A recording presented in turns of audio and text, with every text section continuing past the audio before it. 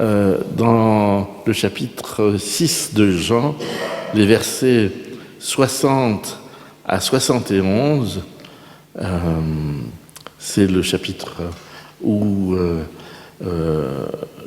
Jésus nourrit une grande foule, et c'est la suite, la fin du chapitre.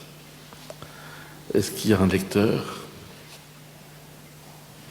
Allez-y.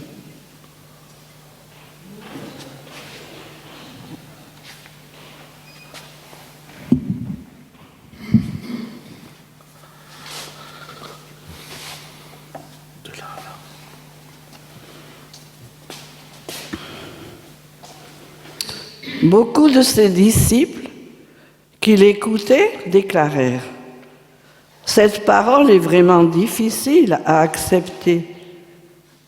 Qui peut être d'accord ?» Jésus savait fort que ses disciples le critiquaient à ce sujet.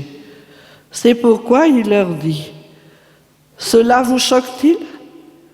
Que se passera-t-il alors si vous voyez le Fils de l'homme monter là où il était auparavant ? C'est l'Esprit de Dieu qui donne la vie. L'être humain, par ses propres forces, ne peut le faire. Les paroles que je vous ai dites sont esprit et vie. Mais il y en a parmi vous qui ne croient pas. » En effet, Jésus savait depuis le commencement qui étaient ceux qui ne croyaient pas et qui était celui qui le livrerait. Il ajouta : « Voilà pourquoi je vous ai dit que personne ne peut venir à moi si le Père ne lui en a pas donné la possibilité. » Dès lors, beaucoup de ses disciples s'en retournèrent et cessèrent de l'accompagner. Jésus demanda alors aux 12 disciples : « Voulez-vous partir vous aussi ?» Simon-Pierre lui répondit : « Seigneur, à qui irions-nous ? Tu as les paroles qui donnent la vie éternelle. Nous croyons et nous savons que toi, tu es celui qui est saint, envoyé par Dieu. » Jésus leur répondit : « Ne vous ai-je pas choisis, vous les 12 ? Et pourtant, l'un de vous est un diable. » Il parlait de Judas, fils de Simon l'Iscariote, car Judas, bien qu'il fût l'un des 12 disciples, allait le livrer.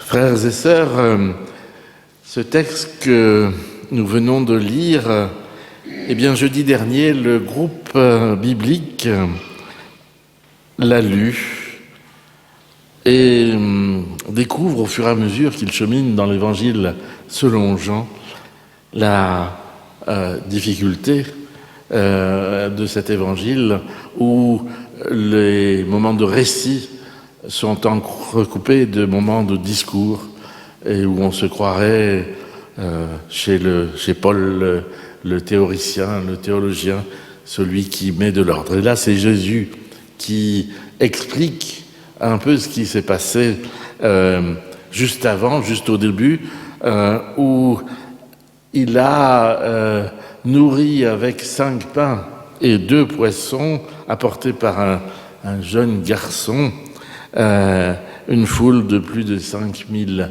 hommes, sans compter, puisqu'on ne les compte pas, les femmes et les enfants. Et puis, juste avant, il a affirmé « Je suis le pain de vie ». Et poursuit avec notre texte, et avec des paroles qui rendent, pour certains, impossible le fait de le suivre. Du coup, de nombreux disciples le quittent. Cette semaine, en discutant avec un paroissien, nous parlions de la Seine. Et ce paroissien me disait qu'il avait justement beaucoup de mal avec les paroles qui étaient prononcées avant le repas en commun, « Ceci est mon corps livré pour vous », etc. Il n'avait pas de problème pour prendre la Seine, tous en cercle, avec cette parole de paix que nous disons en passant le pain. En effet, ils percevaient bien la double dimension symbolique, la communion avec Dieu, avec le Christ, et la communion avec le cercle, la communauté des enfants de Dieu, qui reçoit ensemble cette nourriture à la fois spirituelle et matérielle. J'irais même jusqu'à dire que cette dimension symbolique, elle nous est plaisante. Elle nous plaît, car pour une fois, les protestants osent un geste simple et vrai pour dire leur foi. Pour une fois, il n'y a aucun processus intellectuel à mettre en œuvre. Il faut recevoir le pain d'un de ses voisins, recevoir sa parole de paix, manger du pain et passer ce qui reste à son autre voisin en lui disant à notre tour une parole de paix. Le geste est parlant. J'ouvre une fenêtre. Les gestes barrières n'ont jamais aussi bien porté leur nom qu'à l'occasion de la Sainte Seine, car ils parasitent la dimension horizontale, communautaire, fraternelle de la scène. D'ailleurs, il me semble que nous n'avons plus la parole et le geste de paix vis-à-vis du voisin, chacun étant préoccupé à ne pas laisser ses microbes pour les autres. Il n'y a plus de voisins. On pourrait ne pas se mettre en cercle. Je ferme la fenêtre.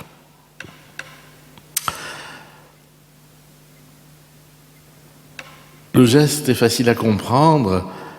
Ce qui l'est moins, ce sont les paroles qui sont dites avant.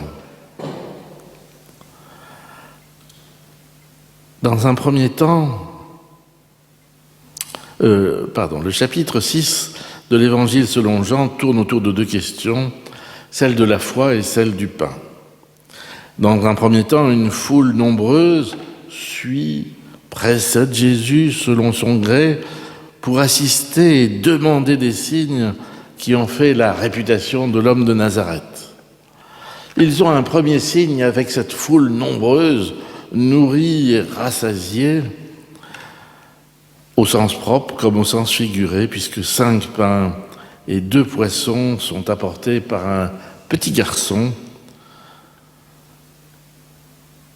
et servent de base à la nourriture d'une foule de 5000 personnes au moins. Petit garçon, nous l'avons vu, c'est quelqu'un de 5, 6, 7 ans. Et la Bible nous dit, en voyant ce signe étonnant que Jésus vient de faire, les gens disent, c'est vraiment lui le prophète, celui qui doit venir dans le monde. Jésus le sait, ils vont venir le prendre pour le faire roi, alors il s'éloigne dans la montagne. Cette foule a bien aimé le côté facile de « aimez-vous les uns les autres ». Vous savez, on partage beaucoup, on reçoit beaucoup, on partage peu et on donne peu. Alors la foule cherche à nouveau Jésus, mais pour de mauvaises raisons. Elle en veut d'autres, des miracles, des signes, pour être sûre, parce qu'elle en veut d'autres, elle en désire d'autres. Elle le suit, finalement elle le trouve et elle l'interroge. Et c'est l'occasion pour Jésus d'enseigner sur le pain, sur cette nourriture terrestre et spirituelle. Il dit notamment, et je le cite, « C'est moi qui suis le pain de vie. Mon corps est une vraie nourriture et mon sang est une vraie boisson. Si quelqu'un mange mon corps et boit mon sang, il vit en moi et moi je vis en lui. » Alors nous comprenons la réflexion des disciples de Jésus qui disent « Ces paroles sont difficiles à entendre. qui peut continuer à les écouter? Jésus sait bien que parmi ses disciples, ces foules qui le suivent, il y en a qui ne croient pas, il les connaît, ils partiront. Restent alors les 12, ceux qu'il a appelés. Et là, nous avons ici un enseignement de Jésus. Les miracles ne sont pas porteurs de la foi. Ce sont des signes qui désignent Dieu, l'origine des signes, le Père de Jésus. Ce texte nous paraît un peu difficile parce qu'il nous questionne comme sont questionnés les disciples de Jésus. Et c'est peut-être là un autre enseignement que nous pouvons tirer. L'irruption de Jésus dans la vie, que ce soit dans le monde des disciples il y a 2000 ans ou dans notre vie aujourd'hui, l'irruption de Jésus crée une sorte de crise, une sorte de situation d'urgence où il y a urgence à prendre position, où prendre position devient une question vitale. Imaginez ces disciples, nombreux en plus des 12, ils ont trouvé un maître capable de les nourrir. Rien, avec rien, apporté par un païdion, un enfant. Le mot enfant en grec est neutre pour dire que c'est pas encore un être humain, c'est une petite chose. Ce gars-là, ce sera un bon roi pour Israël.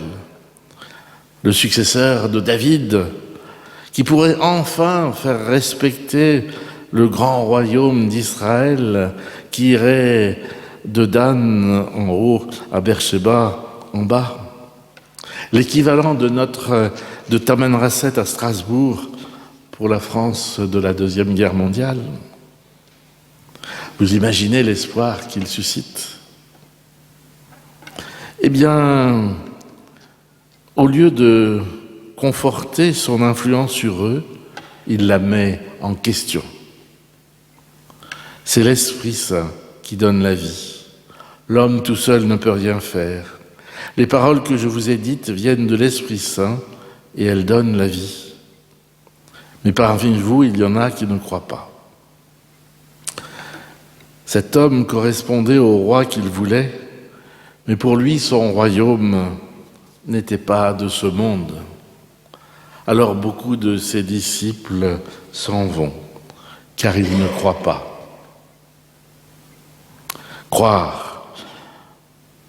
Autour de ce mot « croire » se trouve sans doute le deuxième enseignement de Jésus et que nous pouvons prendre. Qu'est-ce que croire? S'agit-il de comprendre ces belles paroles de Jésus ou ces paroles de Jésus, comme c'est moi qui suis le pain de vie? Mon corps est une vraie nourriture et mon sang est une vraie boisson. Si quelqu'un mange mon corps et boit mon sang, il vit en moi et moi je vis en lui. S'agit-il d'accéder à la connaissance que renferment ces phrases, dignes d'une éloge du cannibalisme? Si c'est le cas, je vous le dis tout de suite, je fais partie des disciples qui ont quitté. Mais je n'ai pas épuisé le sens de ces paroles aujourd'hui, loin de là. Qui peut dire qu'il a tout à fait compris ce que veut dire manger son corps? Pensez-vous que les 12 étaient plus intelligents que les autres et que eux, ils ont compris? Sans doute pas. Simplement, les 12 sont restés auprès de Jésus et ils ont fait le choix de croire. Ils n'ont pas tout compris, mais ils croient. Cela veut dire qu'ils ont accepté. Et ce qu'ils ont accepté, c'est que par sa parole, Jésus vit en eux et que eux vivent en lui.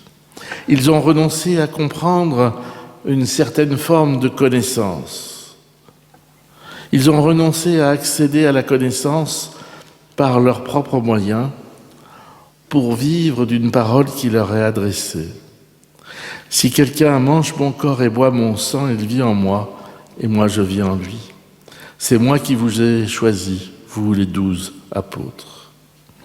Les 12 disciples ne sont pas parfaits, car il y a parmi eux un qui est le diable, celui qui divise. Ils sont aussi intelligents ou aussi bêtes que les autres, mais alors que les autres cherchent un Messie qui est à leur idée et qu'ils ne trouvent pas, eux, ils reçoivent un appel qui les dépasse et qui donne sens à leur vie. Et ils acceptent cet appel. Ce qui permet à l'apôtre Pierre de dire « Seigneur, à qui pouvons-nous aller ? Tu as des paroles qui permettent de vivre avec Dieu pour toujours. » Et nous croyons et nous savons que toi, tu es le Saint, venu de Dieu.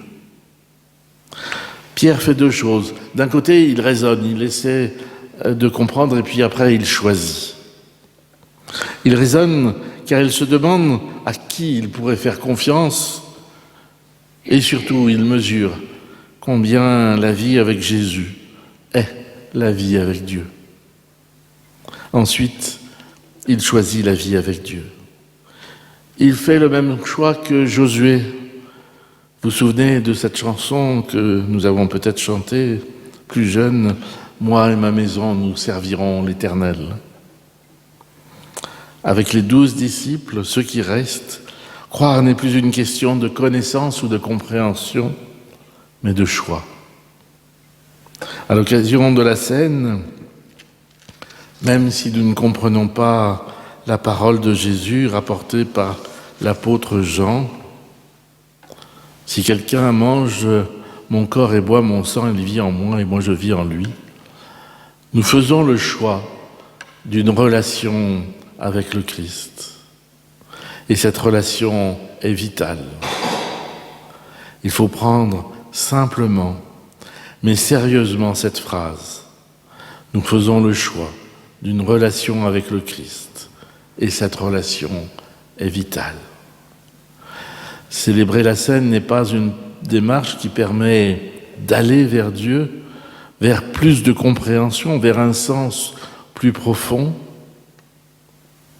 Non, c'est plutôt faire le choix d'accepter Dieu, de le laisser venir à nous. Alors c'est lui qui vit en nous et nous en lui.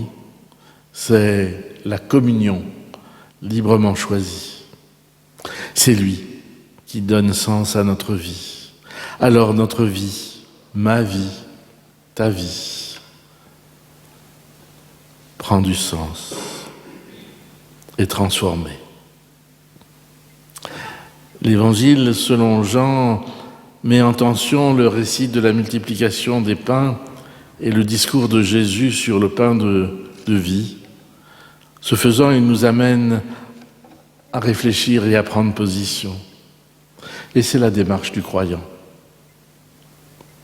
Dans le geste du dernier repas, il y a quelque chose qui nous dépasse et qui nous scandalise au premier sens du terme, c'est-à-dire qui ne nous laisse pas en repos, qui nous bouscule. Il s'est donné à nous. C'est un signe d'amour, c'est la bonne nouvelle de Jésus-Christ qui nous fait du bien. Avec lui, la scène devient relation avec lui, avec le Christ, communion avec lui, communion avec nos frères et nos sœurs, et nous pouvons en vivre. Amen.